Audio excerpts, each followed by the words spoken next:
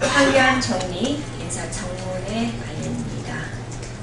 오늘 인사청문특위의 여야 간사간 협의를 통해 황교안 총리 후보자의 인사청문회 일정을 정합니다. 총리직은 대통령을 보좌해 국정운영 전반을 지휘하는 중책입니다. 후보자가 총리직을 수행하기 적합한 인물인지 검증하는 과정을 제대로 수행하는 것이 국회의 책무입니다. 황 후보자는 2년 전 법무부 장관 청문회를 통해 이미 한 차례 검증받은 바가 있습니다. 이러한 특수성을 감안해 보다 심도 있고 생산성 있는 청문회를 꾸리기 위해 각별히 노력해야 합니다. 소모적인 방향으로 흐르지 않도록 여야가 중심을 잘 잡아야 하겠습니다. 민생경제 활성화 죄송합니다. 민생경제 법안 관련입니다. 6월이 시작됐습니다. 올해도 절반에 이르렀습니다.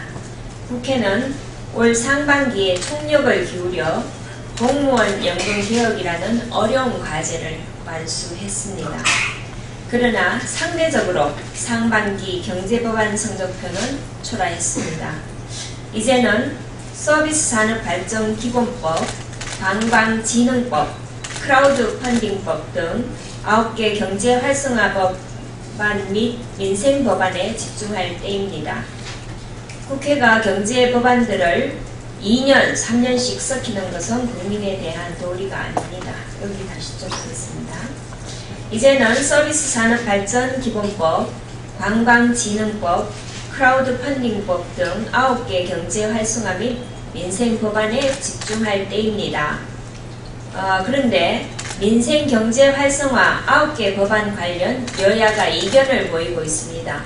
오늘 김무성 대표는 양당 정책 전문가 토론을 제안했습니다. 이것이 청년 일자리 창출 법안인지 국민 해코지 법안인지 국민들이 직접 판단하게 해야 한다는 취지입니다. 야당이 적극적으로 응해주길 바랍니다. 국회가 경제 법안들을 2년, 3년씩 썩히는 것은 국민에 대한 도리가 아닙니다. 청년들은 일자리가 없어 실험하고 있는데 정치권이 경제의 발목을 잡아서는 안 됩니다. 6월 국회는 경제에 대한 책무를 다할 수 있어야 합니다. 경제 법안에 대해서만큼은 초당적으로 접근해 주기를 야당에 당부합니다. 메르스 관련입니다. 메르스 환자 3명이 오늘 추가로 발생하면서 감염자가 모두 18명으로 늘어났습니다. 보건당국의 안일한 대처로 감염자 수가 속수무책으로 늘어나고 있는 것입니다. 정부의 초기 대응 방법은 미숙하고 허술했습니다.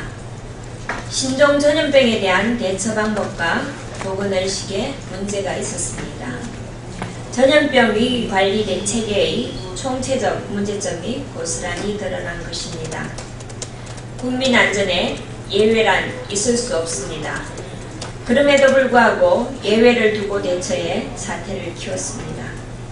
각종 위험에 대비해 모든 가능성을 열어두고 철저히 대처하는 것이 국가가 할 일입니다. 사태의 심각성을 감안해 새누리당은 오늘 메르스 관련 긴급 당정회의를 소집했습니다.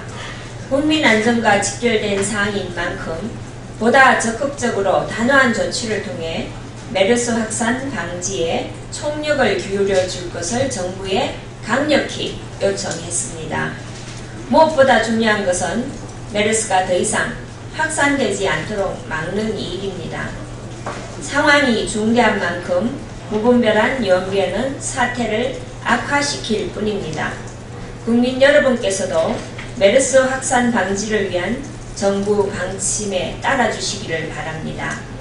정부도 메르스의 확산 방지를 위해 모든 노력을 다해야 할 것입니다. 그리고 이번 메르스 사태에 드러난 여러 문제점들을 해결해야 합니다. 제2, 제3의 메르스가 발생되지 않도록 다시 하겠습니다. 제2, 제3의 메르스가 발생되지 않도록 모든 문제에 대해 새 판을 짠다는 마음가짐으로 처음부터 다시 점검해야 할 것입니다. 감사합니다.